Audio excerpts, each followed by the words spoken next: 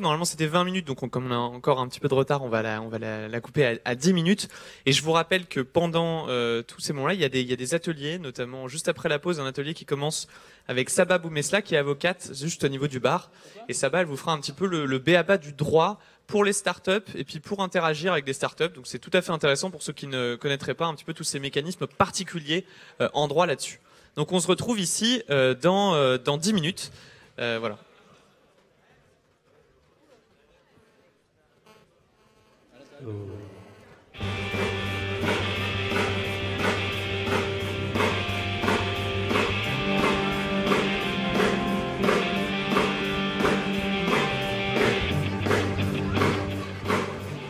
Et on est avec Jean-David Chamboredon, qui est le président d'Isaïe. Bonjour Monsieur Chamboredon, est-ce que vous pouvez nous présenter Isaïe en deux mots? En deux mots, Isaïe, c'est le plus gros fonds d'entrepreneurs dans le digital en France.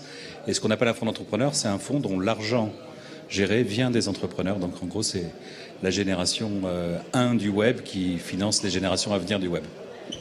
D'accord. Et donc, quelles sont, par exemple, les dernières startups dans lesquelles vous investissez ou vos dernières grandes réussites entrepreneuriales? C'est toujours difficile pour un investisseur de citer certaines de ces startups, mais évidemment, on est connu pour avoir investi dans Blablacar, mais aussi dans Evaneos, dans TinyClues, dans 360 Learning, dans Upwork, dans Databerries, dans Kitok, dans Privatiseur. Enfin voilà, on a une trentaine de participations et dont beaucoup vont très très bien. Alors une question peut-être un petit peu plus structurante sur l'écosystème et sur le financement. Sur les financements publics, pour savoir, est-ce que vous pensez que le financement public c'est plutôt structurant ou déstructurant de l'écosystème?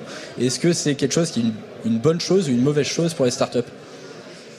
Très clairement, sans les financements publics des 5 dernières années, le capitalisme français et l'écosystème innovant français n'auraient pas connu la croissance qu'il a connue.